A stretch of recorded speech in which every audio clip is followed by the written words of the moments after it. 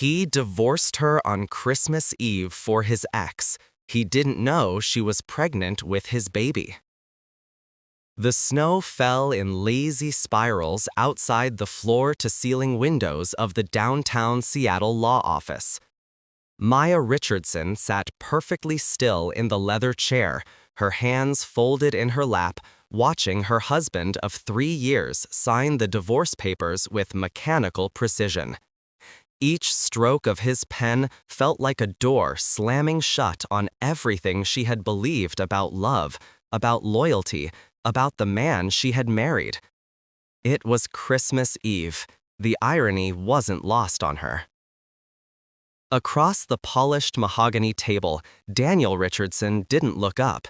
His jaw was set in that familiar way, the one that meant he had already made his decision and nothing would change his mind.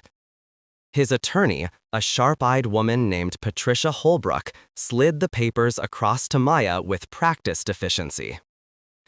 "Mrs. Richardson, if you'll just sign here and initial here, we can have this finalized by the new year." Maya's hand trembled as she reached for the pen. 3 months ago, she had taken a pregnancy test in the bathroom of their Belltown apartment while Daniel was at his tech startup's board meeting. 2 pink lines had appeared, clear as day, and her whole world had shifted on its axis. She had planned to tell him that night over dinner, had even bought his favorite wine and made reservations at the restaurant where he had proposed. But he never came home for dinner. Instead, he had called at 9 p.m., his voice tight with tension, and said they needed to talk. When he finally walked through the door at midnight, he looked like a stranger. His eyes held something Maya had never seen before, a kind of desperate guilt that made her stomach drop.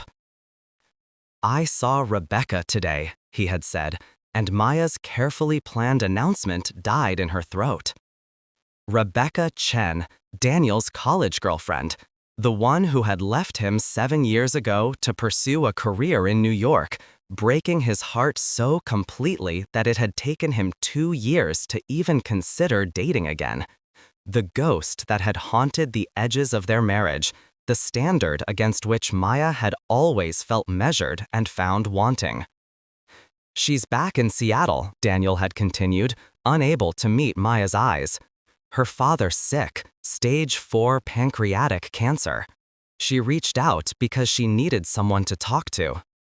That had been 3 months ago. 3 months of Daniel coming home later and later, of finding him staring at his phone with an expression Maya couldn't read, of the slow, agonizing dissolution of everything they had built together.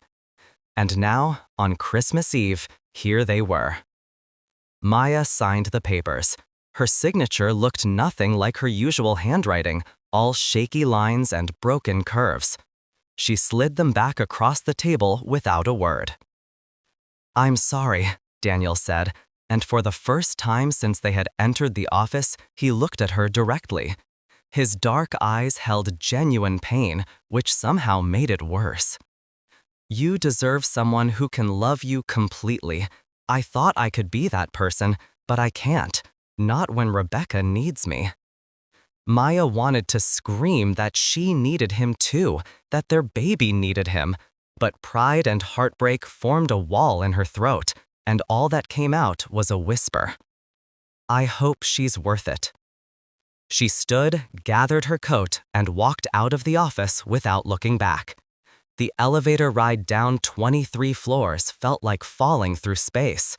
When she emerged onto the snowy Seattle street, the Christmas lights strung between lampposts blurred into streaks of color through her tears. Her phone buzzed in her pocket, a text from her best friend, Alicia Torres. "How did it go? I'm at your place with ice cream and terrible Christmas movies. Also wine, but I know you're not drinking right now." Maya had told Alicia about the pregnancy the day after she found out, swearing her to secrecy until she could tell Daniel. Now Alicia was the only person in the world who knew that Maya was carrying the child of a man who had just divorced her for his ex-girlfriend.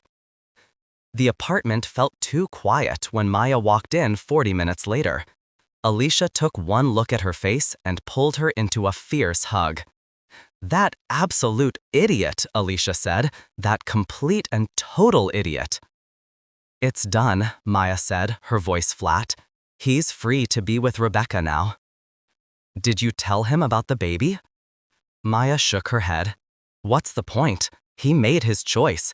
I'm not going to trap him with a child he doesn't want to be there for." Alicia looked like she wanted to argue, but something in Maya's expression stopped her. Instead, she led Maya to the couch and wrapped a blanket around her shoulders. "Okay, new plan. You're going to eat this entire pint of mint chocolate chip, we're going to watch Home Alone, and tomorrow we're going to figure out your next steps. Sound good?" Maya nodded, even though nothing sounded good. Nothing had sounded good since the night Daniel had told her about Rebecca. If you're enjoying this story, please like, subscribe, and hit that notification bell so you never miss an upload. Your support helps us bring you more incredible stories every week. What Maya didn't know, as she sat on her couch eating ice cream and pretending to watch Macaulay Culkin defend his house from burglars, was that across town in a sleek Queen Anne Victorian, Daniel Richardson was having the worst night of his life. Rebecca sat across from him in her father's living room, her elegant features drawn with exhaustion. She had always been beautiful, the kind of beauty that made people turn and stare, but grief had given her an ethereal quality that made Daniel's chest ache. "Thank you for being here," Rebecca said softly. "I know this hasn't been easy on you or Maya." Daniel flinched at his ex-wife's name. Ex-wife? The word felt foreign and wrong, even though he had been the one to push for the divorce. "Maya will be fine," he said, trying to convince himself as much as Rebecca. Rebecca's dark eyes studied him with an intensity that made him uncomfortable. "You're lying to yourself, Daniel. You don't love me anymore. You haven't for years." The words hit Daniel like a physical blow. "What are you talking about? I left my wife for you." "No," Rebecca said quietly. "You left your wife because you're an idiot who confused nostalgia with love and guilt with obligation." She stood and walked to the window, her silhouette framed by the Christmas lights outside. "My father's dying, Daniel, and when I reached out to you, it wasn't because I wanted to rekindle anything. It was because you were one of my oldest friends, and I needed support. But you took that need and twisted it into something else in your head." Daniel felt the ground shifting beneath him. "You said you made a mistake leaving me. You said you had always wondered what if." "I did say that," Rebecca agreed, "and I meant it at the time. But that was grief talking, that was fear and exhaustion, and the desperate hope that maybe if I could fix one old mistake, I could somehow fix the present." She turned to face him, and her eyes were bright with unshed tears. "But I don't want you, Daniel. I don't want to be the reason you destroyed your marriage. And honestly, I think you knew that. I think some part of you wanted an excuse to run because you were scared of something." "Scared of what?" Daniel demanded, anger rising to cover the panic building in his chest. "I don't know," Rebecca said, "but you need to figure it out before you lose something you can't get back." Daniel left Rebecca's father's house in a daze. He drove through the quiet Seattle streets, past houses decorated with lights and wreaths, past families visible through windows as they celebrated Christmas Eve together. His own apartment, the sterile downtown loft he had moved into after leaving Maya, felt like a prison when he walked in. He pulled out his phone and scrolled through photos. There was Maya. On their wedding day, laughing at something the photographer had said, her auburn hair catching the light like fire. Maya on their honeymoon in Costa Rica, her face flushed and happy as she held up a sloth she had insisted on paying extra to hold. Maya last New Year's Eve, curled up on their couch in pajamas, watching the ball drop on TV because they had both been too tired to go out. When had he stopped seeing her? When had he stopped appreciating the quiet, steady love she had offered him every single day? His phone rang, startling him out of his thoughts. Unknown number. Hello? Mr. Richardson, this is Dr. Sarah Chen from Seattle Presbyterian Hospital. I'm calling about your wife, Maya Richardson. Daniel's blood turned to ice. What happened? Is she okay? She was brought in an hour ago with severe abdominal pain. We need you to come to the hospital right away. There are some complications with her pregnancy that require immediate attention, and as her husband, we need your consent for the procedure. The world tilted sideways. Pregnancy? What pregnancy? There was a pause on the other end of the line. Mr. Richardson, your wife is 14 weeks pregnant. She's experiencing a partial placental abruption, and we may need to perform emergency surgery. Are you saying you weren't aware of the pregnancy? Daniel was already grabbing his keys, already running for the door. I'm on my way. Do whatever you need to do to save her. Both of them. Do you understand? Whatever it takes. He drove through the snowy streets like a madman, his mind reeling. 14 weeks. Maya had been pregnant for 14 weeks, and he hadn't known, hadn't noticed. How had he been so blind? The answer hit him like a sledgehammer. He had been so wrapped up in his own guilt and confusion over Rebecca that he had stopped paying attention to the woman he had actually married, the woman carrying his child. The hospital was a maze of bright lights and antiseptic smells. A nurse directed him to the surgical floor, where another nurse informed him that Maya was already in surgery. He would have to wait. Is she going to be okay? Daniel asked, his voice cracking. Is the baby going to be okay? The nurse's expression was professionally neutral. Dr. Chen is one of the best OB-GYNs in the state. Your wife is in excellent hands. Daniel sank into a waiting room chair, his head in his hands. This couldn't be happening. This couldn't be real.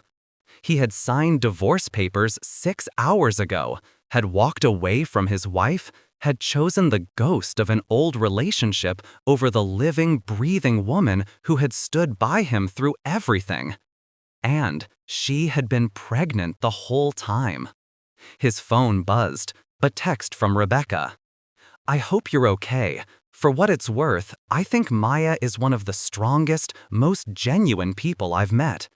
If there's any way to fix this, you should try. Some mistakes can't be undone, but some can. Think about which category this falls into. Daniel stared at the message, Rebecca's words from earlier echoing in his mind. You're scared of something. What had he been scared of? Commitment?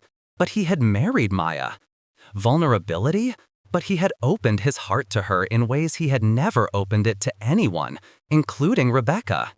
The truth, when it came, was simple and devastating. He had been scared of being truly happy, scared that if he allowed himself to be completely content, something would come along and destroy it. So he had sabotaged it first, had found an excuse to blow up his marriage before life could do it for him. What an idiot, he whispered to himself. What a complete and absolute idiot. Hours passed. Daniel watched the clock on the wall tick forward with agonizing slowness. Midnight came and went, Christmas Eve bleeding into Christmas Day. Other families came and went from the waiting room, some with good news, some with bad. Daniel sat frozen in his chair, praying to a God he wasn't sure he believed in. Please, let them be okay. Please, let me have the chance to make this right. At 3:17 a.m., a woman in surgical scrubs emerged through the double doors. Her face was tired, but her expression was calm. Mr. Richardson? Daniel shot to his feet. How are they? Are they okay? Dr. Chen gave him a small smile. Your wife is stable. We managed to stop the bleeding and save the pregnancy. It was touch and go for a while, but both mother and baby are going to be fine. Daniel's knees nearly buckled with relief. Can I see her? She's in recovery right now, still sedated, but there's something you should know. Dr. Chen's expression shifted, becoming harder. When your wife was admitted, her friend Alicia Torres arrived shortly after. She informed us that you and Mrs. Richardson are in the process of divorcing, and that Mrs. Richardson had chosen not to inform you of the pregnancy. Daniel felt shame wash over him like a physical wave. Miss Torres was quite clear that Mrs. Richardson does not want you involved in her care or the baby's life, Dr. Chen continued. However, I'm legally obligated to inform you as the father. What you choose to do with that information is up to you, but I would advise you to think very carefully about your next steps. Your wife has been through significant physical and emotional trauma tonight. I need to see her, Daniel said desperately. I need to tell her I made a mistake. I need to fix this. Dr. Chen studied him for a long moment. Mr. Richardson, I've been an obstetrician for 23 years. I've seen a lot of complicated situations, but I'll tell you what I tell all expectant fathers. This isn't about what you need. It's about what's best for the mother and child. If you can't put their needs above your own, you have no business being in that room. The words stung because they were true.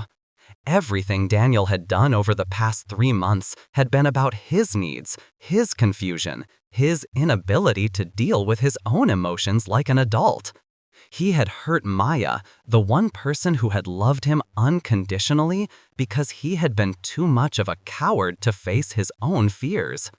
You're right, he said quietly, but I want to be better. I want to be the person they deserve. Please, just let me try. Dr. Chen's expression softened slightly. Room 412, but if she asks you to leave, you leave. Understood? Daniel nodded and headed for the elevators on shaking legs. The 4th floor was quiet in the early Christmas morning hours, most of the hospital staff reduced to skeleton crews. He found room 412 at the end of a long hallway. Through the small window in the door, he could see Maya lying in the hospital bed, her face pale against the white pillows.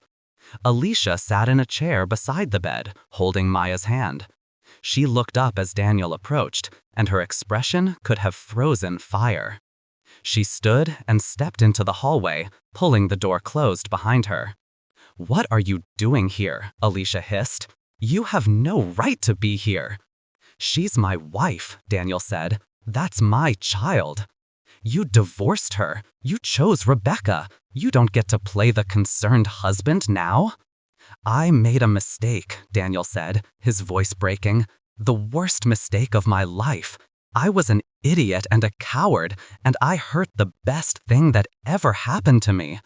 But that's my child in there, Alicia. That's my family. And I will spend the rest of my life making this right if she'll let me." Alicia searched his face, looking for signs of deception or manipulation. Whatever she saw there must have satisfied her, because she sighed. "She didn't tell you about the baby because she thought you didn't want it. She thought you chose Rebecca over both of them.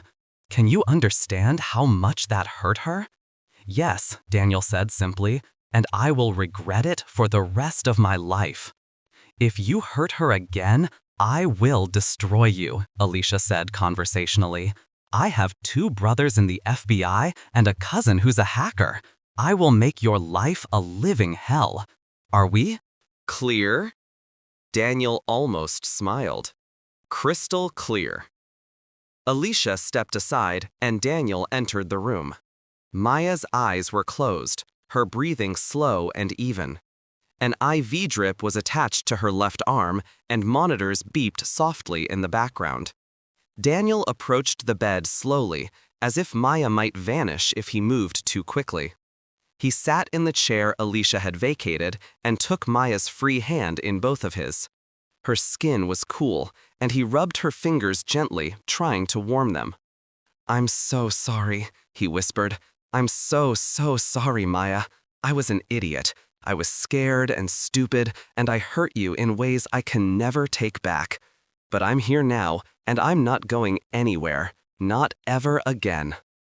Maya's eyes fluttered open.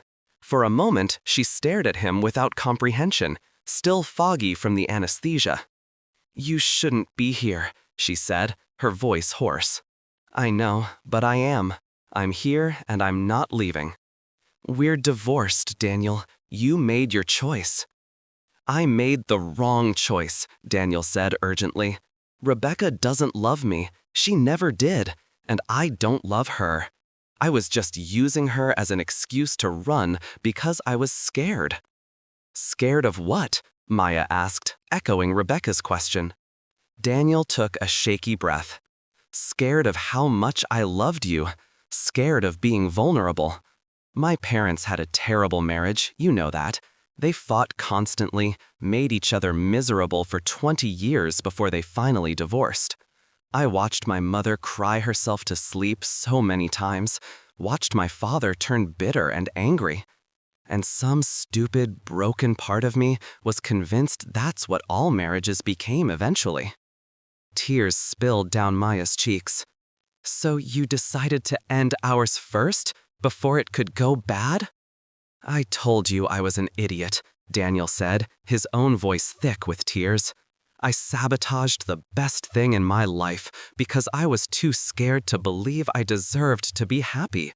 But I'm not scared anymore, Maya. Or maybe I am, but I'm more scared of losing you and our baby than I am of anything else." Maya closed her eyes. "You already lost me. You signed the papers." "The divorce isn't final yet," Daniel said. "Patricia said it wouldn't be processed until after the new year. We can stop it. We can fix this." "I don't know if I want to fix it," Maya said quietly. "You broke my heart, Daniel. You looked me in the eye and chose someone else. How am I supposed to trust you again?"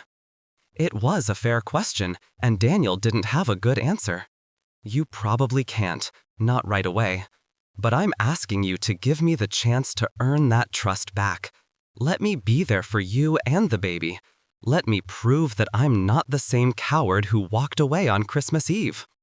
"Why should I believe anything has changed?" "Because almost losing you and our child tonight was like being hit by lightning," Daniel said. "Because I spent the past 3 hours in that waiting room realizing that every good thing in my life was connected to you. Because I love you, Maya, not as a habit or a comfort, but with everything I am. And I know I don't deserve a second chance, but I'm begging you for one anyway." Maya was quiet for a long time, staring at the ceiling. Outside the window, the sky was beginning to lighten with the first hints of dawn on Christmas morning. "I found out I was pregnant the day you told me about Rebecca coming back. I had this whole plan to surprise you. I was so excited, so sure you would be thrilled. And then you came home and everything fell apart." The pain in Daniel's chest intensified. "You've been carrying this alone for 3 months? I didn't know how to tell you. Every time I tried, you were with her, or thinking about her, or looking at me like I was an obligation you were trying to escape from." Fresh tears tracked down Maya's face. "I was going to tell you at the lawyer's office, right before I signed the papers. But you looked so resolved, so certain you were making the right choice. And I thought, why should I trap you with a baby you don't want?" "I want this baby," Daniel said fiercely. "I want you. I want our family. I want the life we were supposed to build together." "Things change," Maya whispered. "People change their minds." "Not about this. Never about this." Maya turned her head to look at him, really look at him. Whatever she saw in his face made something in her expression shift. "I can't go back to how things were," she said. "I can't pretend the past 3 months didn't happen." "I'm not asking you to," Daniel said.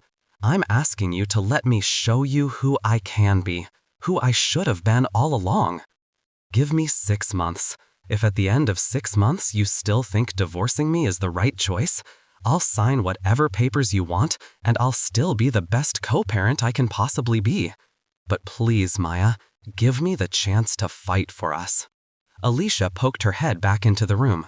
"Sorry to interrupt, but the nurse says Maya needs to rest. This has been a lot of stress on her body." Daniel stood reluctantly, still holding Maya's hand. "Think about it, please." Maya nodded slowly. "I'll think about it." It wasn't a yes, but it wasn't a no either. Daniel would take it. Over the next 3 days, while Maya recovered in the hospital, Daniel became a permanent fixture in room 412. He brought her favorite foods, read to her from the novel she had been working through, helped her walk the hallways when the nurses said she needed to move around. He was attentive but not overbearing, present but respectful of her space. Alicia watched him like a hawk, clearly waiting for him to slip up. But Daniel was on his best behavior, driven by genuine remorse and a desperate need to make things right. On the 3rd day, Dr. Chen cleared Maya to go home. As Daniel helped her into a wheelchair, Maya spoke for the first time since their conversation on Christmas morning. "You can drive me home, but that doesn't mean anything yet." "Understood," Daniel said, relief flooding through him. The drive back to Maya's apartment was quiet. Daniel kept sneaking glances at her, cataloging the small changes he had missed over the past 3 months. The slight roundness to her belly that he had been too blind to notice. The way she cradled her stomach protectively. The tired circles under her eyes that spoke of sleepless nights and silent tears. At the apartment, Daniel helped Maya inside and settled her on the couch. Alicia arrived 20 minutes later with groceries and a very suspicious expression. "I'm staying tonight," Alicia announced, daring Daniel to contradict her. "Good," Daniel said. "She shouldn't be alone."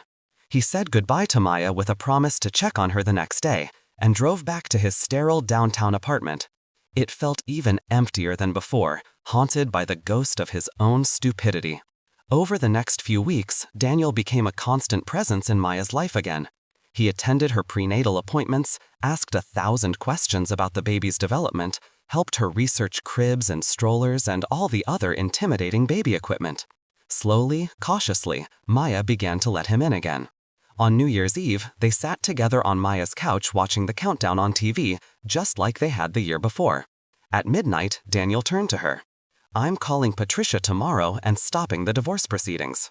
Maya looked at him steadily. "What if I don't want you to?" "Then I'll accept that," Daniel said.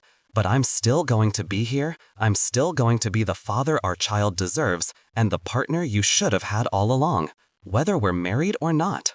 Maya was quiet for a moment. Then she took his hand and placed it on her stomach. "Feel that?"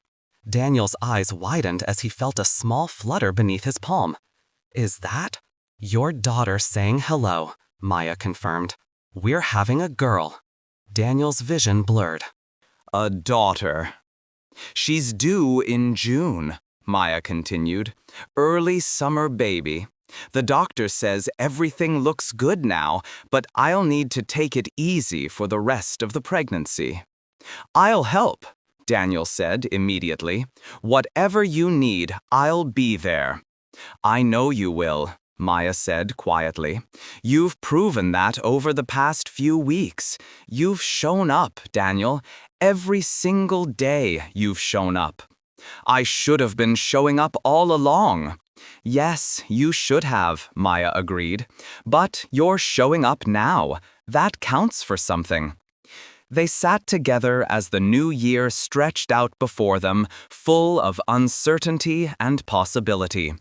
Daniel didn't know if Maya would ultimately decide to give their marriage another chance, but he knew he would spend every day proving he deserved one. The months passed. Daniel moved out of his downtown apartment and into a small house in Wallingford, closer to Maya, but still separate. He wanted her to have space, to not feel pressured. But he was there every morning to make her breakfast, every evening to help with dinner, every middle-of-the-night craving run to find strawberry ice cream or pickles or whatever strange combination the baby demanded. In February, they went to a couples counselor. The therapist, a no-nonsense woman named Dr. Patricia Rodriguez, didn't pull any punches. Daniel, you destroyed your wife's trust in you and your marriage. That kind of damage doesn't heal quickly or easily. Are you prepared to do the work? Yes, Daniel said without hesitation. Maya, you have every right to be angry and hurt, but you also need to be honest about whether you can forgive him. Staying in a marriage out of obligation or fear of being a single mother isn't fair to anyone. Can you see yourself truly forgiving him? Maya took a long time to answer. I don't know yet. Some days I think yes.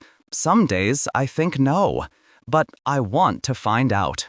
That's honest, Dr. Rodriguez said. We can work with honest. They worked with honest. They attended therapy every week, talking through the pain and anger and fear. Daniel confronted his childhood trauma, the ways his parents' broken marriage had shaped his fear of commitment and vulnerability. Maya worked through her feelings of abandonment and betrayal, learning to set boundaries and communicate her needs clearly. It wasn't easy.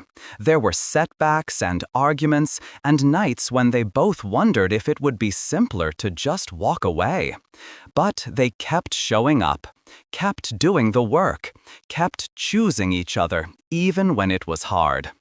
In April, Maya's contractions started 2 months early. Daniel rushed her to the hospital, his heart in his throat, memories of the Christmas Eve emergency flooding back. But this time, the doctors assured them everything was fine. The baby was just eager to meet them. After 14 hours of labor, Maya gave birth to a 6-pound, 2-ounce baby girl with Daniel's dark eyes and Maya's auburn hair. They named her Nora Grace Richardson, and she was perfect. Daniel held his daughter for the first time and felt something fundamental shift inside him. This tiny person, red-faced and squalling, represented everything he had almost thrown away.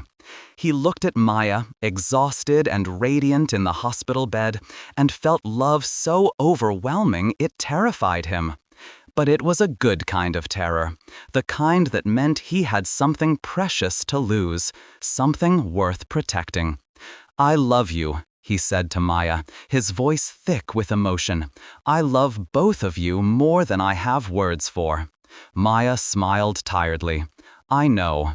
I don't deserve you. Probably not, Maya agreed.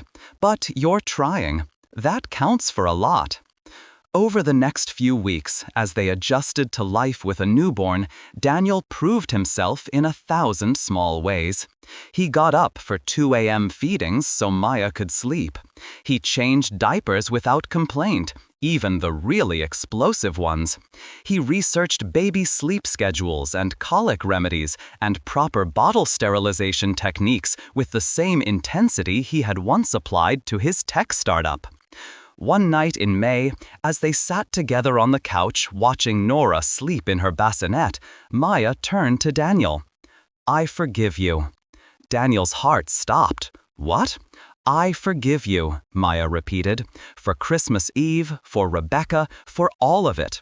I'm not saying I've forgotten. I haven't. But I'm choosing to forgive you because I can see how hard you've been working to be better. Because I can see that you love our daughter and you love me. Because I want our family to be whole. Daniel felt tears spill down his cheeks. I don't know what to say. Say you'll never make me doubt your love again, Maya said. Say you'll choose us every single day for the rest of your life. I will, Daniel promised. I swear to you, Maya, I will choose you and Nora every day, in every way, no matter what. Then let's stop the divorce, Maya said. Let's stay married. Let's build the life we were supposed to have. Daniel pulled her into his arms, careful not to wake the sleeping baby. I was hoping you'd say that. They remarried in a small ceremony in their backyard in June, surrounded by close friends and family. It was nothing like their first wedding, the big, elaborate affair with 200 guests and a 12-piece band. This wedding was intimate and honest, a recommitment to each other with full knowledge of how fragile and precious love could be. Rebecca sent a card congratulating them, along with a note that made Daniel smile. "I'm glad you figured it out. Some people don't get second chances. Don't waste yours." He wouldn't. He had learned his lesson in the most painful way possible, had almost lost everything that mattered because of his own fear and stupidity. But he had been given a gift, a chance to rebuild what he had broken, and he was going to spend the rest of his life being grateful for it. Years later, on a snowy Christmas Eve, much like the one when everything had fallen apart, Daniel and Maya sat together on their couch, watching a 5-year-old Nora arranging her dolls under the Christmas tree. A 2-year-old boy named Jack, their surprise second child, was asleep in Daniel's arms. "Do you ever think about that Christmas?" Maya asked quietly. "The one where you almost left for good?" "Every day," Daniel admitted. "It keeps me honest, reminds me what I could have lost." Maya leaned her head on his shoulder. "I'm glad you came back." "Me too," Daniel said. "Best decision I ever made." Outside, snow began to fall, just like it had 6 years ago. But this time, instead of endings, it felt like a promise of new beginnings. Christmas morning would come, and their children would wake up excited and happy. They would open presents and eat too much candy and make memories that would last a lifetime. Daniel looked at his wife, the woman he had almost lost, the woman who had given him a second chance he didn't deserve. He looked at his children, the family he had built from the ashes of his biggest mistake, and he felt grateful for every single moment that had led him here. Some mistakes couldn't be undone, but some could, and some people were lucky enough to get the chance to prove they had learned from them. Daniel Richardson was one of the lucky ones.